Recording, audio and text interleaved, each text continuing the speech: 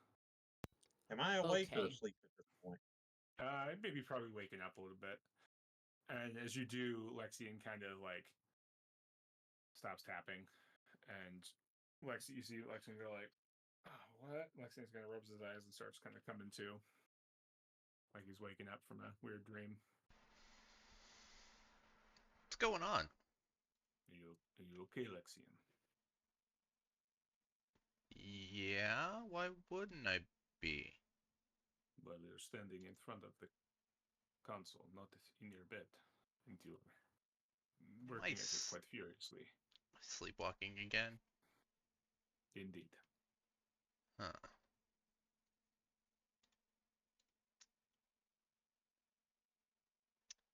Maybe?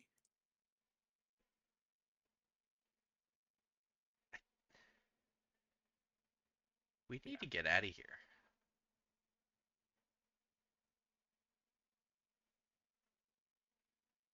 We need to get out of here soon. I mean, we're here at the pleasure of the Emperor, so whenever his pleasure runs out, I guess we.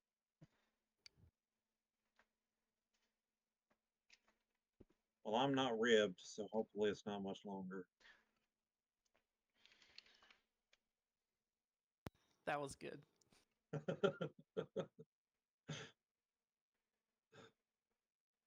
But do we need to do anything?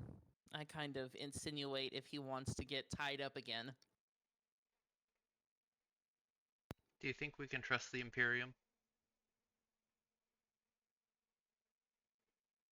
Who are you asking? I'm asking the others in the Hmm. in the cell. Gotcha. What do you mean?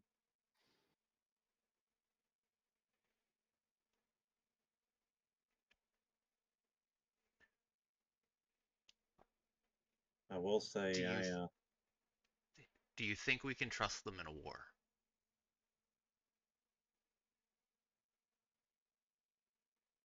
I trust them in a war. Well, with whom? 7. I mean, we're talking about a war for their lives, so yeah, I think they would be on the right side of that one. I don't think 7 really much cares for us humans.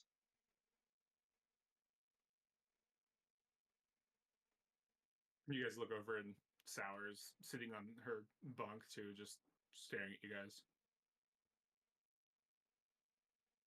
What the fucking adventure? Yeah. Right. And it's Look about to back get at her. crazier. That brings a lot of meaning to that term. Be careful what you wish for. Huh? I suppose. What do you mean, Lexian? While I was unconscious on the way here, apparently, I saw an equation. And that equation, well, I studied it.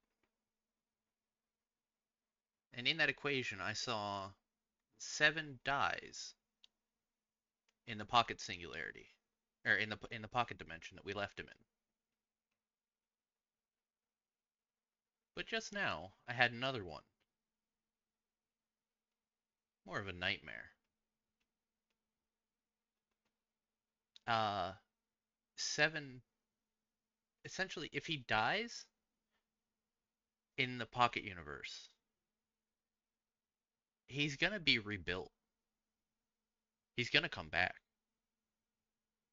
In the same way you Gino, and you 428 did. So dead, not dead. Yeah. And if he lives, he's gonna wipe out all of humanity. And all of Vargers. Yeah, like I said, in that case, I mean, honestly, we don't need to run away. We need to get these people to understand what's happening. Which is why I ask. Can we trust the Imperium? Again, if we can get them to believe us, we're talking about literally a fight for their survival. Yeah, they're going to be on the right side. I don't know who wouldn't. The only problem is I don't know how to explain this without seeming already crazier than we already are. Could we seem crazier than what we already are? Did you hear what I told them? I think I'm crazy.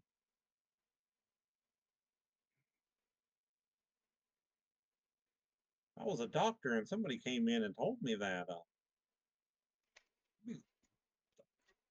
Probably putting them under, honestly.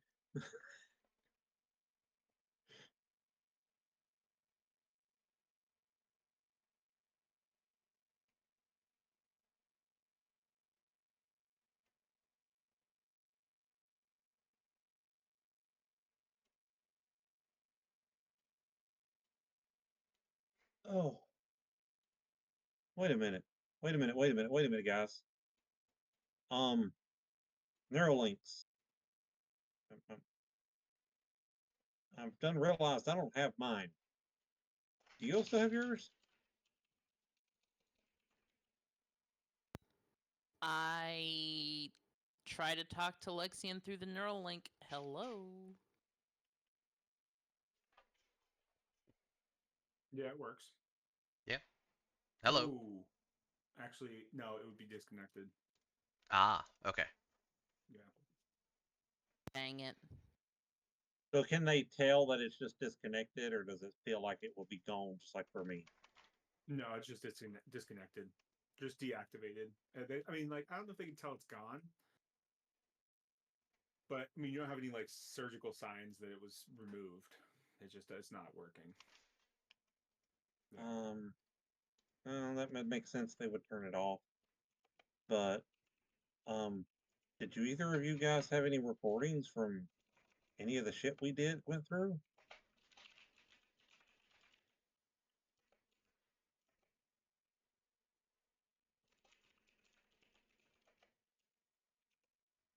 Like anything we can use to show them that we're not just batshit crazy? Is there a check to I mean, check with a to see if we have any? Because I mean, she wouldn't say record now, but I don't know like Nah, how not if you if guys there's didn't auto specifically recording. do it. Okay. Yeah. No, I don't have any. I honestly, I didn't even think about it. There was a lot going on. yeah.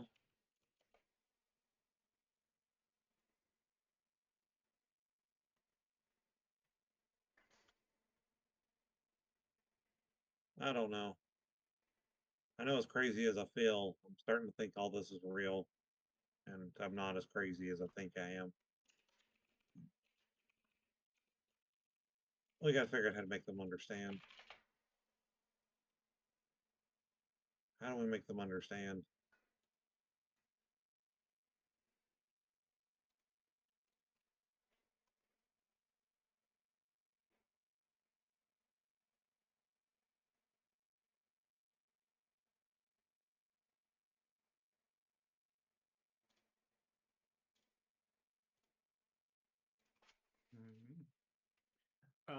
You guys kind of realize it's, because there aren't any like not bulkheads, portholes. There aren't any like windows in your cells.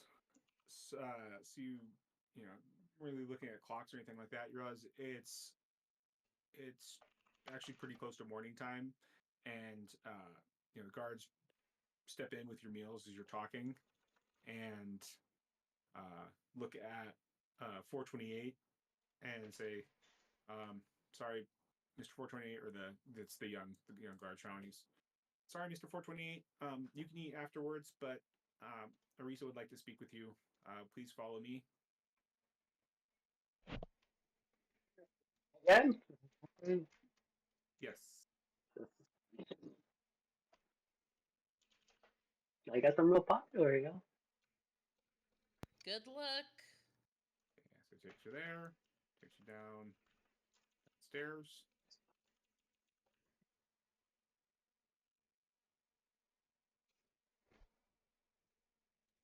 And then Set you in this chair.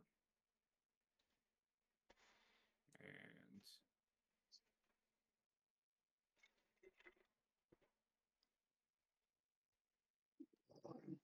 so she is sitting there, and she's kind of like looking at you, and is just kind of looking at you, looking at a little bit of information, and just, is there anything you'd like to add to your colleague's statements yesterday? Noticed he seemed to do most of the talking, and just curious what you had to add.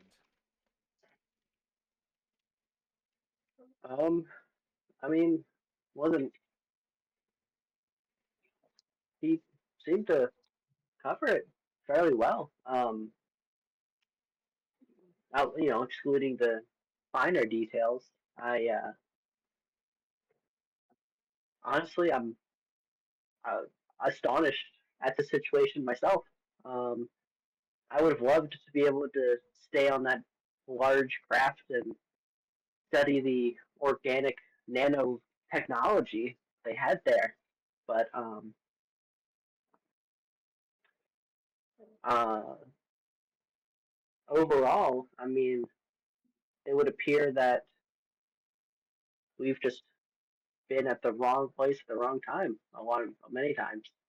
Uh, and I guess I hired bad pilots because, man, we've been in a lot of crashes, and they've been in a crash before too. I see. And as I understand it, not many of your people leave your homeworld. Is that correct? Oh yes, it's a privilege to be able to explore the stars. I I really hope to return soon. Um, Mm-hmm. I'd love to update our archives on modern technology and what potential. Um, I mean, to even to even fathom the technology I glimpsed on that ship, teleportation, dimensions, storage systems of goo, it is truly remarkable. Like self-repairing technology, nanomachines. Mm-hmm. One might say you're almost an emissary for your people leaving the world. You could speak with foreign governments, negotiate with them, such as the Giordani. I mean, I'm sure your people have a lot to offer, as skilled and competent as a engineer you seem to be, as well learned as our reports seem to make your people out to be. Is that why you left your home to negotiate such an agreement? No, so our people take pride in our knowledge and advancements. Where we thought we were, you know, um, an older civilization until we started uh, spacefaring and you know met the Imperium, and we see that we are brand new to this vast world. I was personally sent out as a businessman, a merchant. Um, I I certainly wouldn't say I'm an emissary of any sort. I would have to go back to the planet if I wanted to do any deals or diplomacy. We mostly handle that on planet. So the ancients technology that you found, you mentioned it's considerably unique and intact, correct? I mean, for what we could find, yeah. It just I, I couldn't even fathom how to repair it. Um, but there were bits and pieces that seemed quite intact. Um, the ship that we were on clearly suffered damage, but it seemed to attempt to repair itself, which is I remarkable in of itself. Imagine a ship that large would fare, and you as a merchant must, with your background as a merchant, would know better than I do. A ship that large and intact, and I mean, full of ancient technology would fare quite a hefty price with a government, a foreign government, or an adversarial government to the Imperium. Was that your intention, to sell it to the Jodani? To sell the ship? Yeah. Was that why you destroyed Gant's ship and fled with the ancients' ship? Oh, I mean, by all means, I would have loved to study that ship, but we were kind of forced there. I I'm still not really sure exactly why um, why we dipped so low, but we were fortunate enough to crash land on this ship. Um, the I'm not entirely sure what happened. You said you sent out an imperial ship towards it. I remember when we were on there, the ship started like shouting at us, and then it started hyperspace jump. Um, we never made it to the control panel, so we're not entirely sure how the ship jumped itself. Um, maybe there was someone else on board, but we never actually got the chance to see how to operate the ship. Kind of just jumped on its own. And Sorry, go ahead. oh, and took us to a bizarre um, planet or star station, planet. It's kind of hard to understand what it was, really. You're just innocent victims of circumstance. Is that your claim? I mean, it's one way to put it, I suppose. I'd say How would you put it? we were, well, I'd call us unlucky explorers, really. Um, we were looking for ancient technology, and we found it and got in much deeper than we expected. And now you're working for what, this Seven that your friend mentioned, who murdered Gand, if that's what we're led to believe. I'm not totally uh, clear on the seven. Um, I'm still it's a little hazy myself, but I, from what I know, did we ever get a picture? Question over table. Did we ever get a picture of that archaeological site? Things did. Would that have been? Do they like? Cause presumably we would put it on our ship.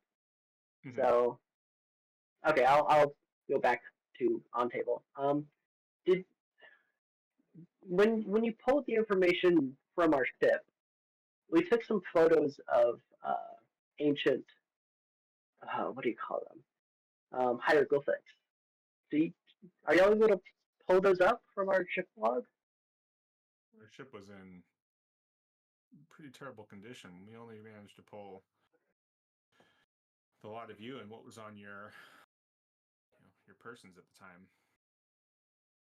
Ah, it's really unfortunate. But it might have been on her, like Jinx's tablet, or Yeah, but none of it wasn't recovered. They didn't pull any information, but mainly what I was talking about. they probably haven't filtered through her tablet. Well, it may be on Jinx's tablet, but one notable thing that we saw was some ancient hieroglyphics of this mysterious seven that he spoke of. Um, and using my education of archaeology back from my studies, I was able to determine that Beck's world was destroyed by whatever this seven is. Um, all evidence shows that Beck's world should be this flourishing, gardening planet. Um, and I I thought Seven was working with the or was a Drynad. Is that how you pronounce it? Drawing. Droid. Yeah. Um, I guess Seven wasn't happy with the droids because it killed them too. It seemed to just destroy the whole thing. It whatever the seven is, it's clearly capable of destroying planets. I would, I mean, I would hate for that thing to find Jublex, and of course, any other planet. Maybe it's a super weapon of some kind. You give me a persuade check with int. Yeah. I burned 3 luck on this one.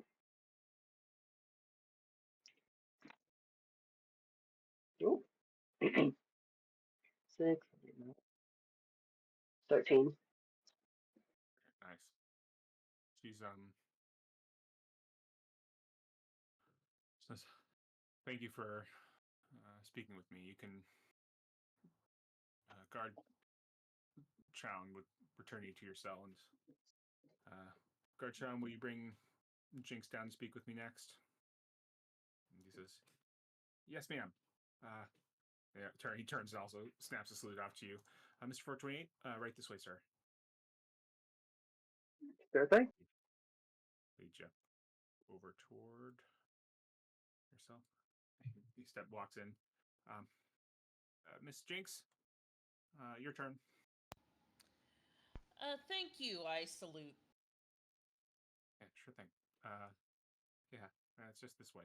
And he will takes you over downstairs, and so she has you sit, and when you sit, like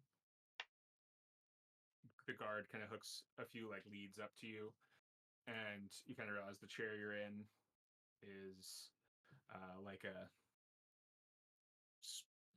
sci-fi lie detector, and she's just again looking at your dossier in particular. You were a corsair of some renown. Is that correct? If that's what you say. I mean, that's what. Would you say you were you were a poor pirate? Is that how you would prefer to phrase it? I mean, I like to think I was a pirate. I don't know if I have renown or not. Okay, yeah. Well, is that why the King of Drinax hired you to begin with? I was a friend of Gino. I like to think I was tagged along for the ride. Also, could I have something to fidget with by any chance, like a poker chip or a playing card? We'll see how our conversation goes, and if you are Okay. honest and agreeable, then I think we can come to some arrangement. Certainly. Thank you. Mm-hmm. What was your original agreement with the court at Drinax? I mean, he wanted to go on an adventure, and I wanted to adventure. So I said sure. I mean, I like to say everywhere. It's obviously not everywhere, but I've been around. I wanted a new, path That was the away agreement with from the pirates. Yeah, I just followed him. It might have been a bodyguard. It's been a long time. bodyguard for the king. No, What was your Gino. agreement? What was your agreement with the court at Drinax? That was my question. Oh, sorry. Honestly, it was helping Gino was something I didn't listen. I didn't care. They were paying. That's all that mattered. Right. Are you lying to her? Well, yeah. No, I Yeah, literally okay. don't remember. You don't remember what your mission was? You guys were pirates for them. Oh right, okay. We were I not lament. pirates. You We were were not pirates. Privateers. privateers. We were Privateers. privateers for Um, for them. Excuse me. see. Sorry, my memory is not that good. You were privateers. Let's see. Yes, And- privateers. Interesting. What was your ultimate goal to in privateering for them? Allies, ships, money, you know, same old, same Increase- old. Increase their power. I believe so, yes. But that's why most wealthy people hire people like me. Mm-hmm. Let's see. And when you left the Trojan Reach, you all looked for a new powerful ally. Is that why you sought work elsewhere? We just wanted work. I mean, when you get blasted across the galaxy like we were, we had to start somewhere, and our ship was fucking totaled. So we needed to find money somehow, and was the best way. And who is it you're working for now? Okay. Last I remember, it was for some weird corporation trying to find their ship. They let us have a new ship, and then we crash landed on the alien ship, and then everything went to shit on the ship, Also, and then portals, and well, we crash landed on this ship. We were exploring, and then I guess woke up some weird robot AI thing that was starting to take over the ship like it had however many years, hundreds of years maybe ago it was. And then we had to save the ship AI. And then we were going to grandfather's place, which was also fucking crazy. But yeah, no, and then we saved that AI, and then the AI stayed behind on the space station that may or may not still be around. It's a lot. who's grandfather? Oh, he's a dronoid. I cannot pronounce that race's name. I Droid. say droid. Thank you. A droid of like immense power, very psychically inclined. God, literally God. Is that who you work for? No. Dude, he ran. Okay, we didn't even know about this guy till we landed on the ship, and then we got teleported to a space station, and then he like said we're in trouble, and then we pass out, and then we think we're like in the future, and the memories of us now are like 310,000 years in the past. Like what? Yeah, it's just it doesn't make sense. But no, we don't. I don't know anything about him. He just appeared. You're not As a working for him. god does. Fuck no. He didn't give me any money. I didn't sign any contract. He just told us things, and we left. What did he tell you? That we're in trouble, and then we saw the lives of different people for about 15,000 years, and then he told us to run when his spaceship went under attack. That Who is attacked literally it. Who attacked his spaceship? Oh, that narwhal ship thing. I think it was Seven is the name. Yeah, like blew through the pocket dimension and exploded the space station that he was on. I am assuming he got out because God. And then they shot the edge of our ship, and we, flew through the portal or anomaly, I think you said it was. And we blacked out, and then we ended up here.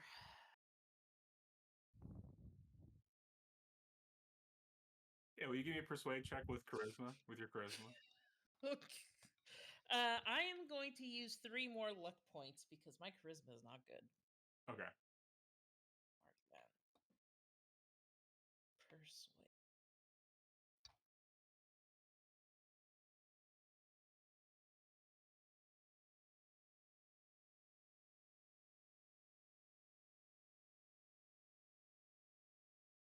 That is an 11. Nice. It's quite the story.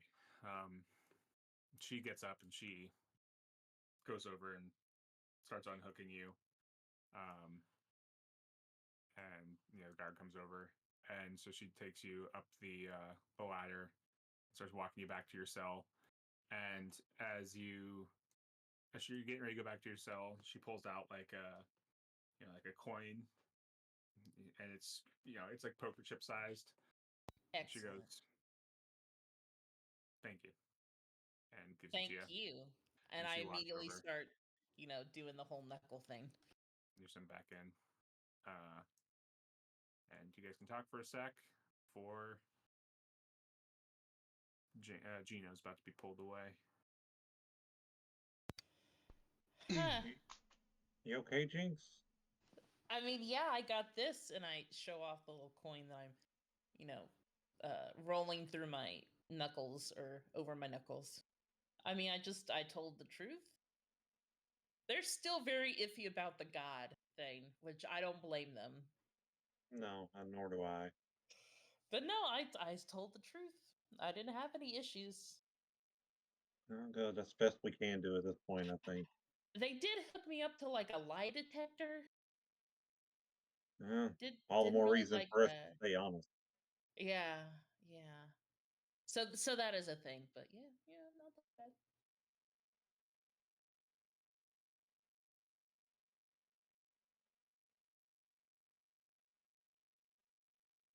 Okay, and then guard comes in.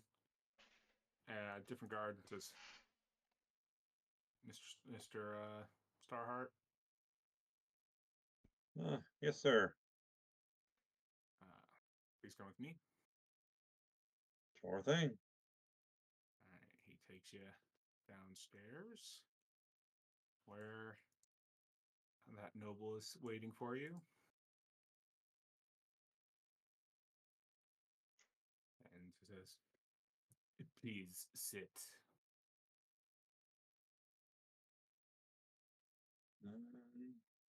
Yeah, sure thing.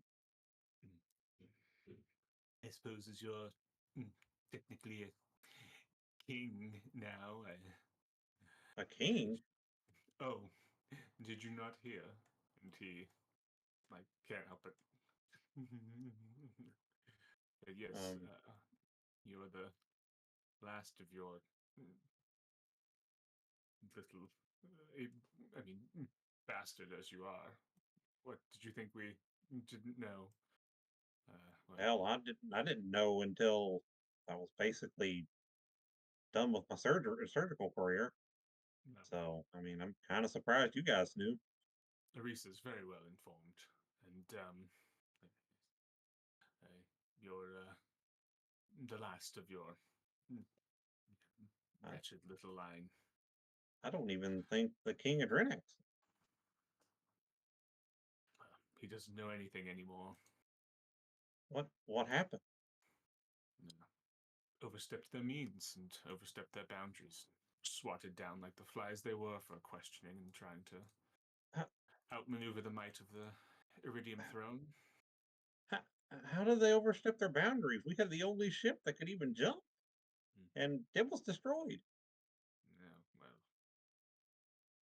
I suppose that was too much too far.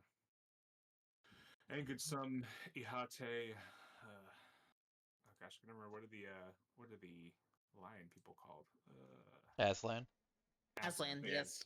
So Ihate are basically Aslans who like male Aslan. They have this like when they don't have property of their own because they've got that sort of like almost medieval sort of political structure. If they don't have land of their own, they form bands of independent non-landowning males and go out to like conquer to like get some land of their own. and so they form these like huge swaths of like fleets of Ihate soldiers, and this is yes, it looks like some Ihate fleet took unkindly to some reports that were well disseminated throughout the Reach about some wider goals that were maybe plotted among the court at Drinax and what use your group was. But that's neither here nor there. I have some questions about your theories, as they were. You said that you met an ancient? Now, I must hear this. Please tell me. This is absurd. Okay, so full story from where we get to there. Again, we were hunting for ancient tech on this gas giant using this new scanner. It locks onto something. Um, we keep going deeper and deeper, trying to figure out what it is. We lose control. We land on this ship. Ship is huge. Ship's got technology that I don't understand. You wouldn't understand. Nobody would understand. Oh, I assure you, I would understand it. I understand quite a bit. As do I, sir. As do I. And No, I doubt that. But go on.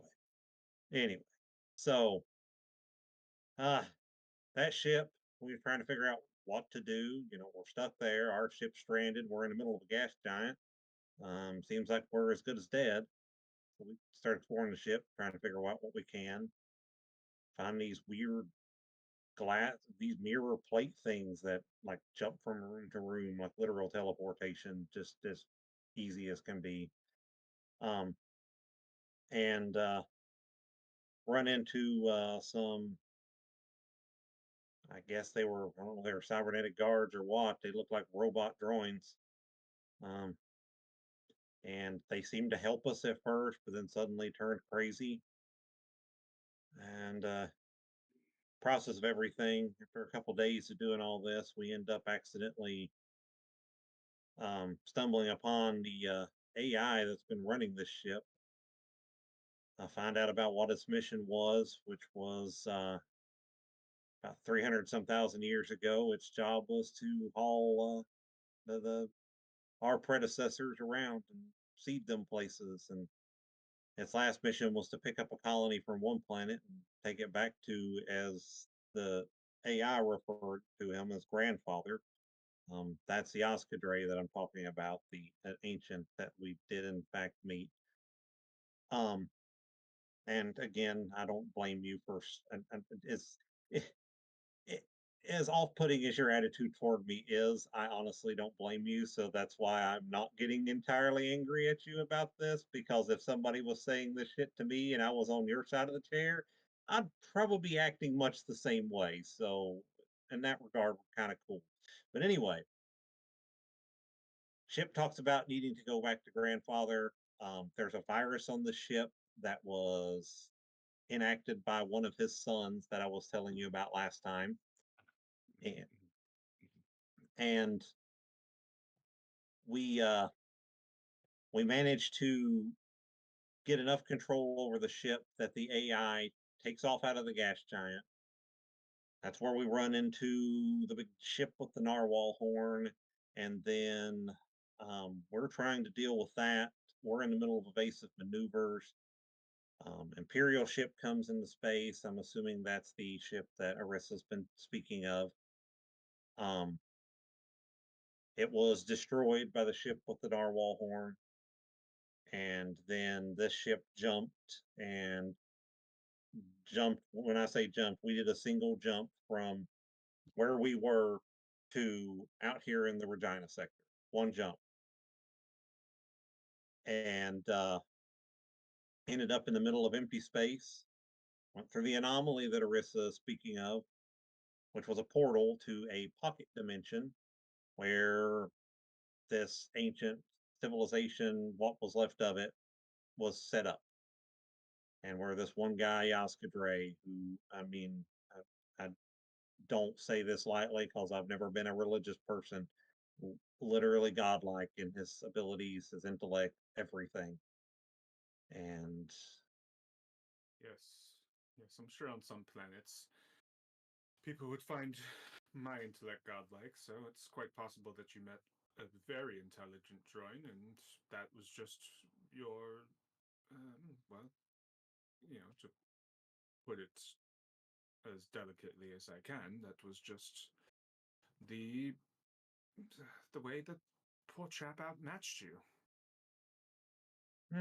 no, I I think fully agree. Definitely outmatched me I for think I sure. think I think from my understanding of your story, that it's quite possible, and no doubt not just possible, but I think what happened was you found, it sounds like, quite a considerable archaeological find in this ship, which very may well have been an ancient ship.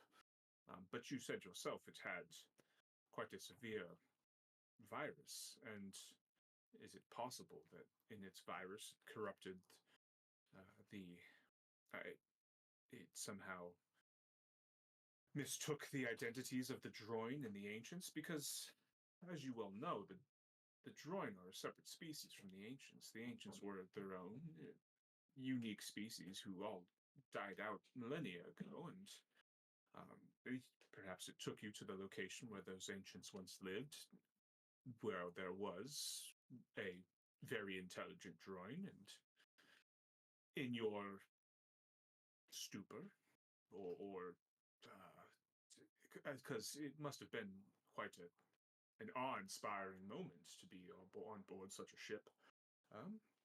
You mistook that fellow for a god. I mean, it's, well, I, well, hold on. I I'm don't not. think it would happen to me, but I mean, Hold on. for some, First off, I'm not saying he's an actual god, and as given in where you like come from, a creator of universes. I'm saying he had a genius level intellect beyond anything I've ever seen. And I know you keep looking down on me, but I'm actually a pretty accomplished surgeon and a fairly intelligent individual. And I'd be happy to have any kind of trivia game you want with me to see how which one of us come out on top. Would I've probably looked be a over. fun time. I've looked over your service record. I did see that you flunked out of the Naval Academy. I mean, No, I didn't it's not flunk out of exactly the the most Naval Academy. rigorous. I got kicked out of the Naval Academy. I got kicked. I didn't even get admitted to the Naval Academy because I was young and I was brash and I thought I belonged there because of my family lineage. And I've been humbled many times since then. Hmm. Not an experience I've ever had, so I couldn't say. A humbling experience? Well, I'm Yes. afraid we're all about to have a humbling experience. So Hmm. please try to take this all with some level of sincerity.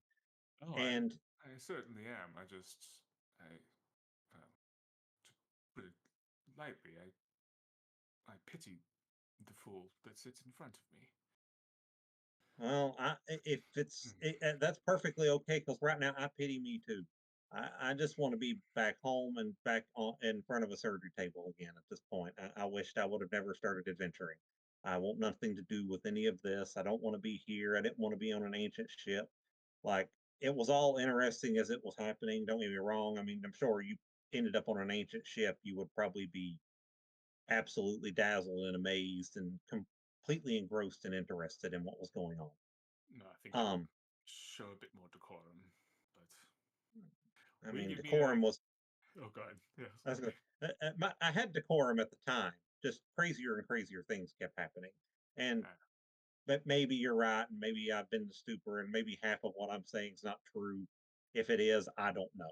It's true to me. will you give me? I'm trying to think if it's persuade or diplomat. It's going to be social, but it's one of those two. You can choose. My persuade, I think, is higher than my diplomat check. Yeah, Yeah. either one's fine.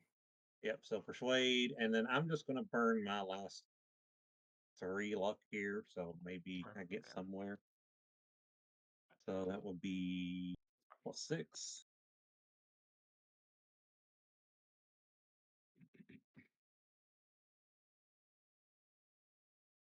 A 15. 15.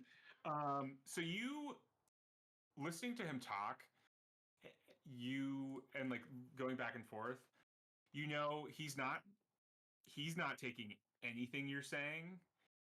And not only that, you're getting that, like, if he's contributing anything to Orisa, or if that guy you saw was a third interrogator, like, this guy is so up his own ass that he's like actively going to be a hindrance to you guys just because he's up his own ass. So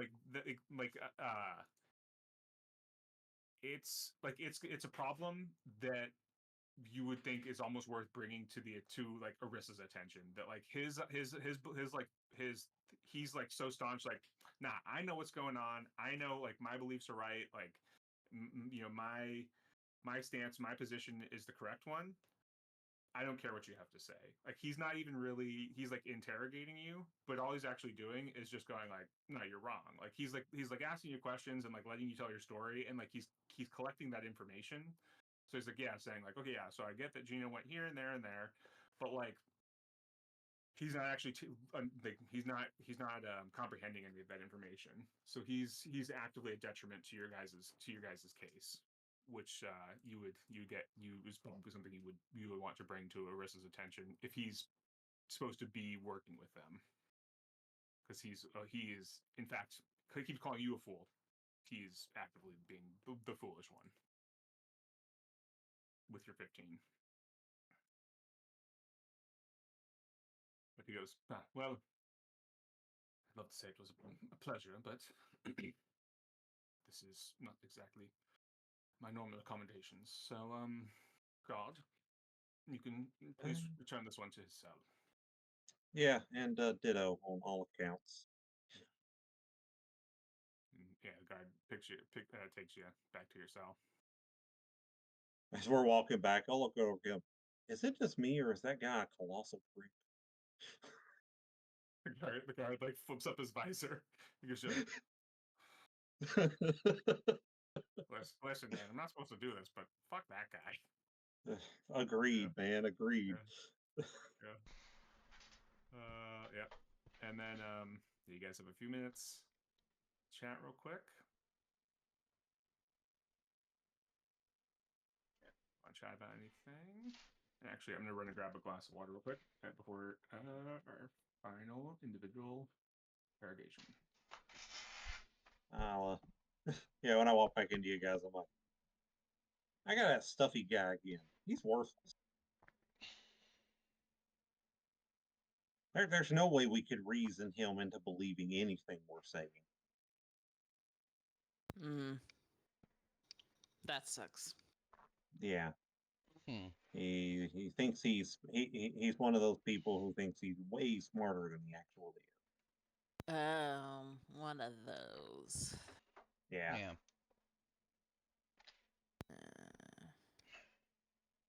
Hopefully they also recognize that and won't have to worry about it. Maybe something we need to get Rissa's company alone again is something I feel like I need to discuss with her.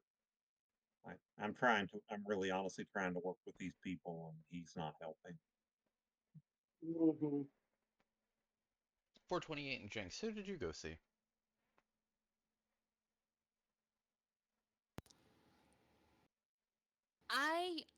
Oh my god, I could, because he was roboting out for me. He was starting mine.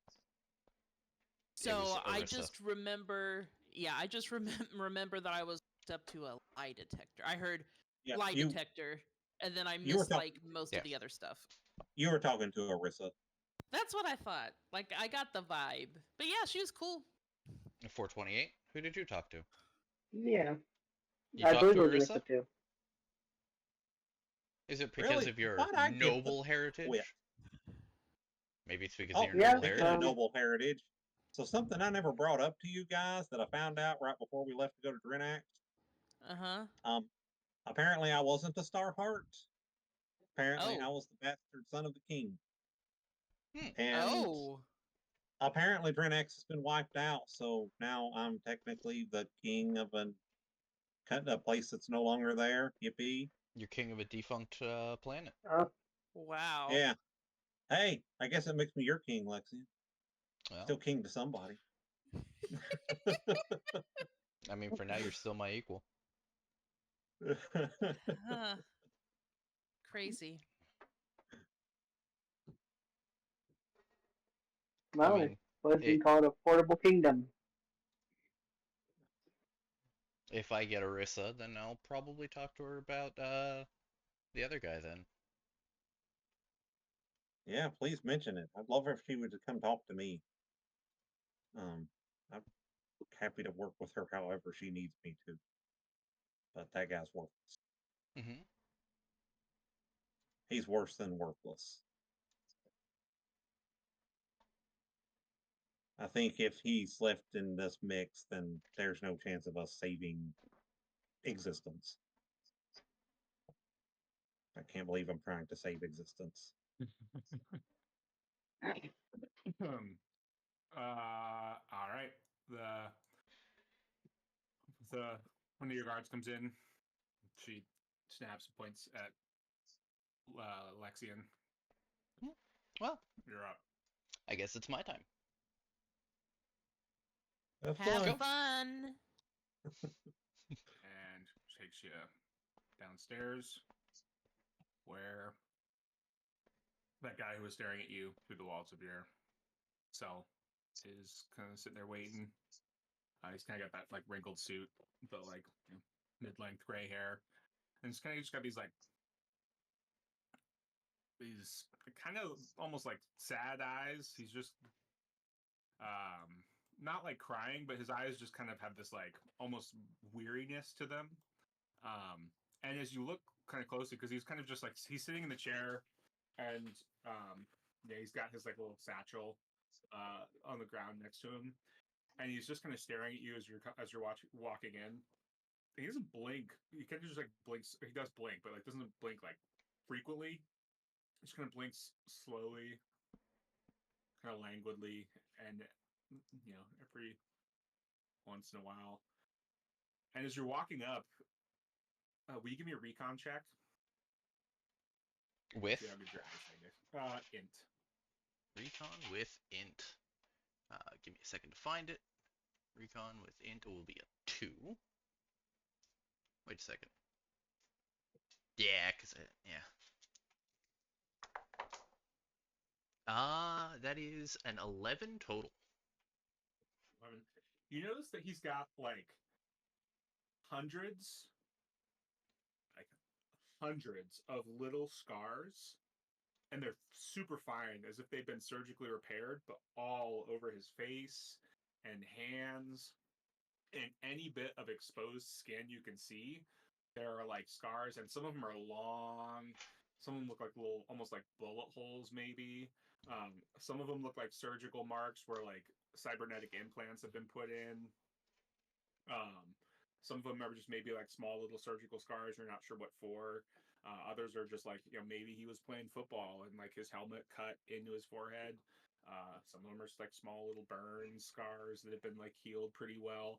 But he's just got scars everywhere, every bit of skin he has that you can see. And like he still has his suit, and he's probably got his jacket like wrapped around the chair.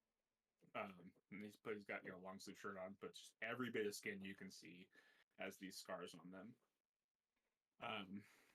And he just says, "Please have a seat." And he's kind of just like looking at his fingertips as you sit down, and then looks back up at you. I'm Galen. Nice to meet you. Galen, you say?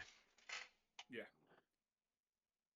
And he reaches into his satchel and pulls out a pack of cigarettes, and puts one in his mouth and lights it. You want a smoke?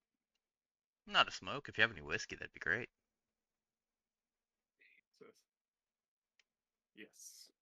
And reaches into his suit pocket, pulls a little flask out, takes a swig, passes it over. I'll take a swig. So, all right, where should we begin? Where do you want to begin? Good question. Good question. He's like looking at a pad he's got in his lap. And you realize that, he's now that he's got his suit jacket off, he's got like, one of those, Shoulder holster. those detective shoulder holsters, yeah. And it's like a Gauss pistol, and he's or Gauss pistol, and he takes his data pad and puts it on the table, flips around, and shows you, and it's you last night standing in front of the console, tapping away at it. And it's like, what are you doing there? Me personally, I was having a nightmare. What was the nightmare about? Events that are coming. Ominous. What sort of events? Well, are you familiar with the ancients and the drawing? I've read a little bit. Yeah. Well, uh, recently we were taken to a pocket dimension with the droid and grandfather himself. And while we were there, we were attacked by one of grandfather's sons by the moniker of Seven. Well, it seems like he wiped out. Seems like he killed grandfather, and well, the pocket dimension is now collapsing. Should be approximately, well, we've been detained for 3 weeks, so approximately a month. That means there's 2 months left on the before the singularity collapses it. And at that point, Seven will be reborn, and a bunch of ships are going to start appearing in the sky in the Regina sector, and above Regina, above Rylanor, and above the capital. And he's just going to start killing. Because he doesn't like humans. He doesn't like Vargr. He also didn't like his dad. He's a purist, if you will. Only likes his kind. Xenophobic. That way. Doesn't see us as equals, and, well, grandfather might have been, in his own way, not the greatest, but, I mean, he at least helped seed humanity through the stars. Uplifted the Vargr, which, I mean, we have our own issues with, but that's fine. But, I mean, the way things are now won't be the way things will be. Everybody's going to be dead.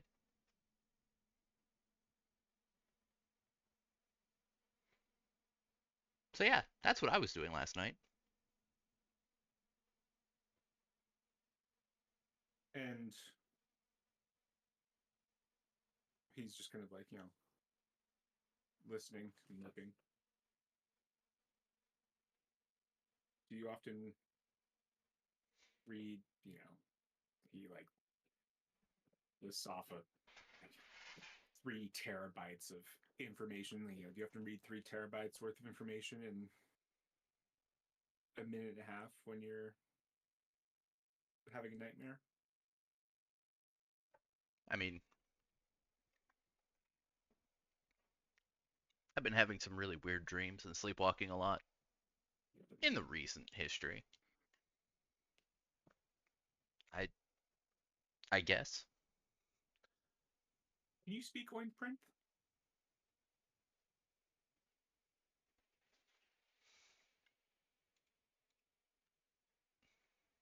I personally do not, but I can understand.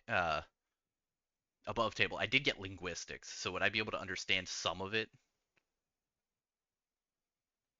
Maybe, yeah. Okay.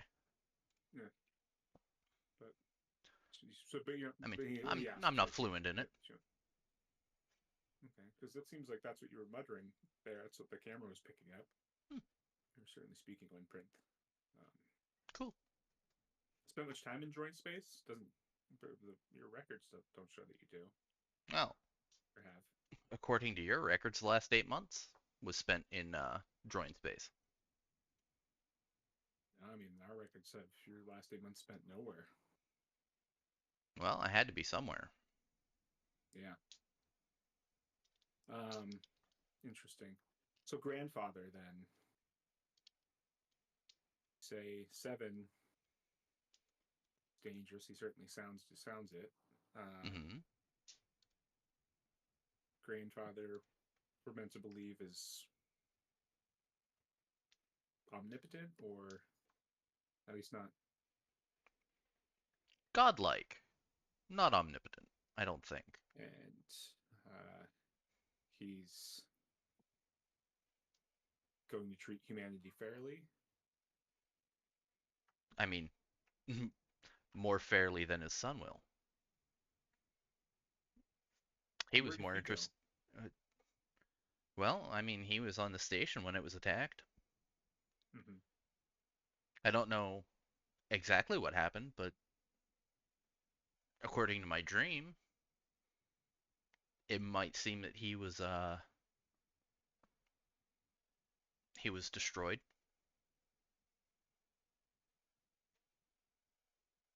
And what do you have to do, or what is it going to take to destroy 7?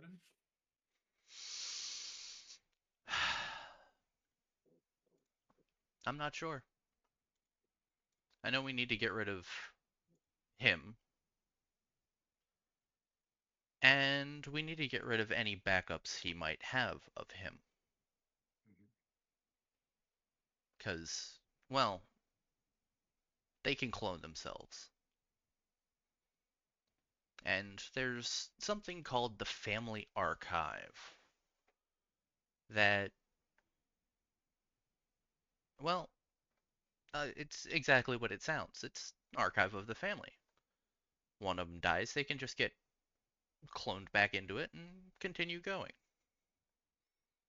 Couldn't I can't grandfather have explain a it much clone better or than that. go to this family archive? I mean, the current course of action that I see is we go to the family archive, destroy any backup of 7, and if we do it within the next 2 months, if he's destroyed in the singularity that's going to happen about then he should not be a threat.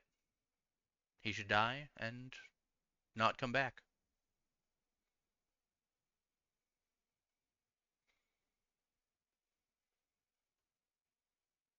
And we just let grandfather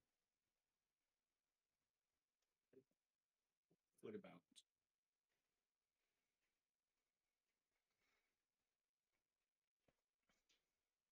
Well, like I said, I don't know if he's alive or not. I think 7 might have killed him. But if he is alive, he's probably more willing to talk than 7 will be.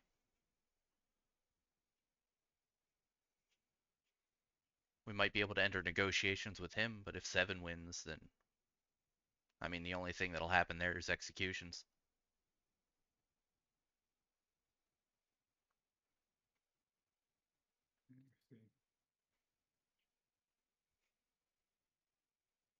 That's pretty concerning. It's It's very a lot to concerning. think about.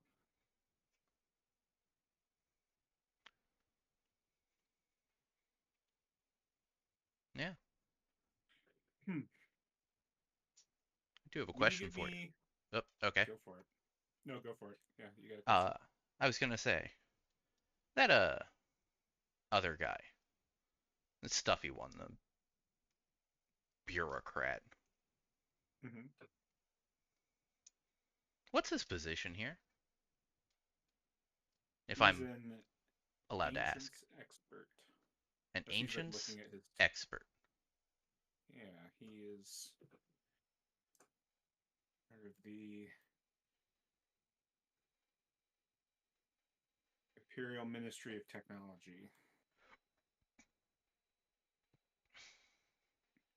He does not seem willing to cooperate with us at all.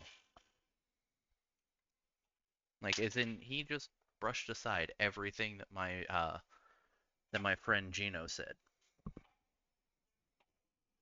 And not in a nice way either.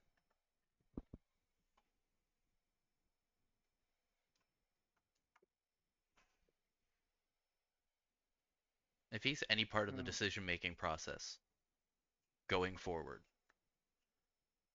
I need to know that somebody's going to counterbalance him, because he seems too stuck up his own ass. Well, interrogation's not a nice business, but he is also not exactly the one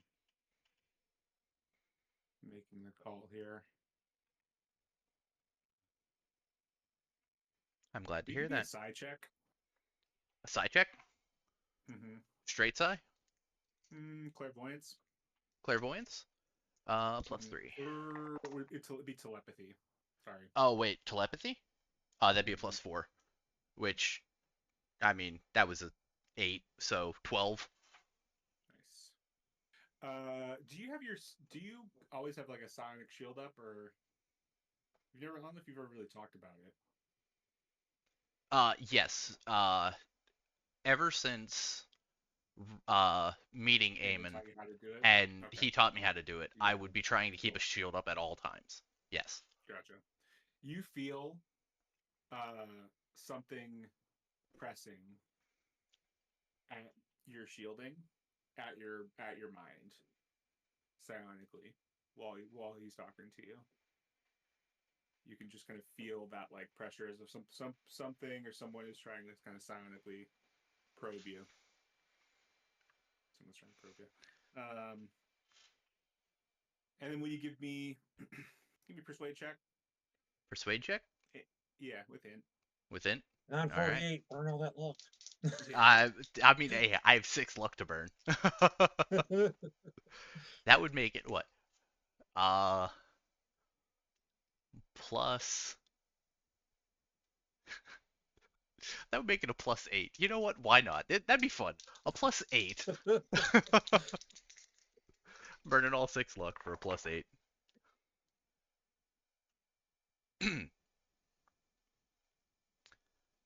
That is what?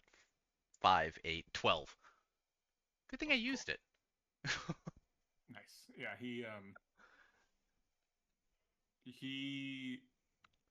after you feel that and then you feel it pull away, you're kind of like there's like a moment where you're like you kind of like you briefly like look and you're like what is that, and you look back and he is just like staring at you,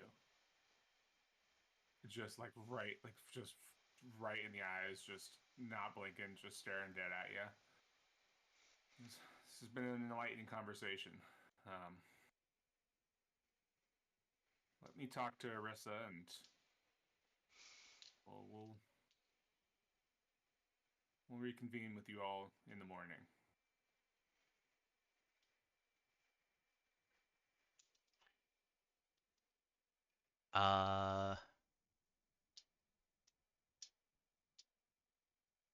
With that, as I'm walking away, I'm going to stare at him, and I'm going to send thoughts, and I'm going to I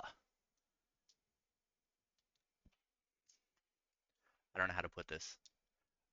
I'm going to kind of like give him brief flashes of some of the events that happened recently. Okay. Like a brief flash of grandfather. If I still have the memory of 7, like or of oh god, what was the one that threw away everybody's life in the flashback? It was like 174 or something like that. Yeah, That was a him. different one. Yeah. Give like a brief flash of him, Mm-hmm. and a brief flash of like us entering the pocket dimension the first time. Okay. Yeah. So that would be a 10 up telepathy check. So I have a plus 4 for that. Yep. Hold on a sec. 12. Plus 4, 16. Nice. Okay, yeah. He like he doesn't even wince. He's just you see him like his eyes kind of like flit and look over at you as you're walking, and he kind of just nods. And it's very interesting. And I'll just say to like the air as I walk out the door with the air, I walk over to the iris valve. I speak the truth. And yeah, you're returned back to your cell. And when you do, oopsie, no, you're super. What the? I got real freaking wide there for a second. You're falling to a mini black hole. Yeah, you're taking apart. It's one of those gravity anomalies on the ship. Apparently. Yeah. It's like us too. You. Oh man, that is awesome, and that is weird. You guys can chat for a little bit.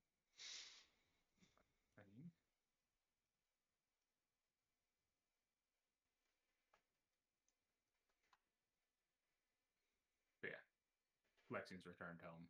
Well, prison to your new home permanently. The rest of the campaign is just in a prison cell. This is where it ends.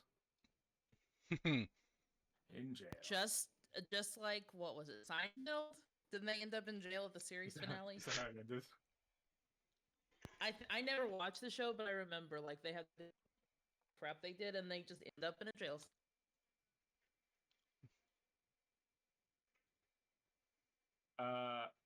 As Lexian walks in, and the guard like shows him in, and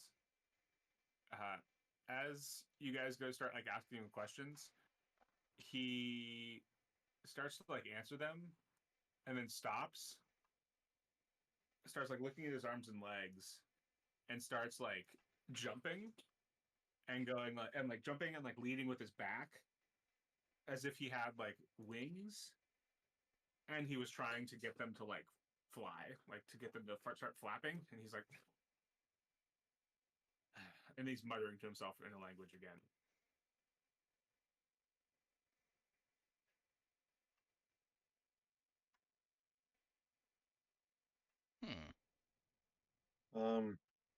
Can I like walk up to him and just put my hands on his like shoulders, just like drop them down on there and go, Lexian, what are you saying? What are you doing? Pushes you away. Starts muttering to you in another language. He's looking at his arms. He's muttering to himself. Just starts pacing back and forth in the cell. I'll walk over to Eamon and like whisper to him, do you think it's safe for you to probe his mind here? I don't think he's the only one in there. Sort of try. Eamon. So yeah, you see Eamon like sit up on his like bed. He's like he gets sits up because he was on the top bunk, kind of drops down to the bottom bunk, so he's like his face is at least out of view of the camera, and you see him kind of like focus and look at Lexian, and Lexian turns with like just a look of anger on his face, and turns and looks at Eamon, and Eamon just I knocked my headphones off. Drops and just falls backwards, unconscious on the bed. And you're not sure if he's dead or unconscious, but he just falls flat on the bed. What? As soon as I see that happen, I'll jump over and like check his pulse and make sure he's breathing. He's so yeah, he's alive, but he's just like instantly unconscious. And Lexian goes back to pacing back and forth. What the hell? Does anybody know what language he's speaking?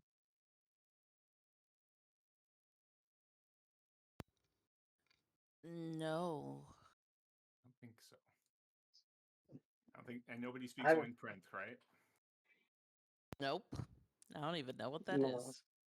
I have a 0 in languages, but not like proficient. Yeah, can you give me a language education check then if you get a 0 in languages? Yeah. 12. 12? Nice. Yeah, you because you come in contact with it regularly. Like when Danny was there, Danny spoke it, and it's been like on. It's the language of the drawing. It's Oinprinth. It is the language that drawings speak. Um, I assume my knowledge is I can recognize it, but that's about it. Yeah, you don't really understand what he's saying, but you're like, nah, that's gotta be Oinprint. Like, Yeah, kind of backing up to everyone. Wow, that's 100% on print. I think he's like possessed by like a drawing or something. and Lexian goes over and sits down on the bed, just muttering to himself. I'll walk back over and kind of kneel down in front of him. I keep my hands off him this time, and I'll just go, Nazca Dre? What? He just looks at you, and you sort of see his eyes kind of glaze over a little bit, and Lexian's like, "What? What?" And it's Lexian again.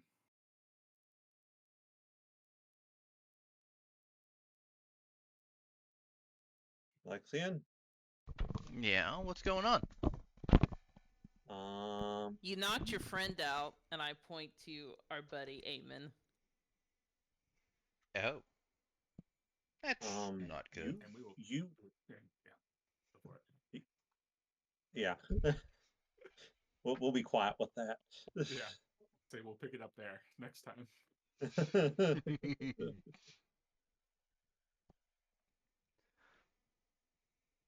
Yeah. Alrighty. Let's see. Which would be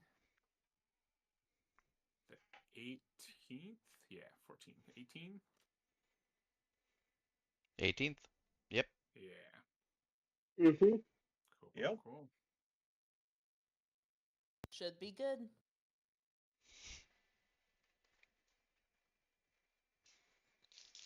All right. Excellent. Well, folks, see you in 2 weeks, and we will see what this means for dear old Lexian.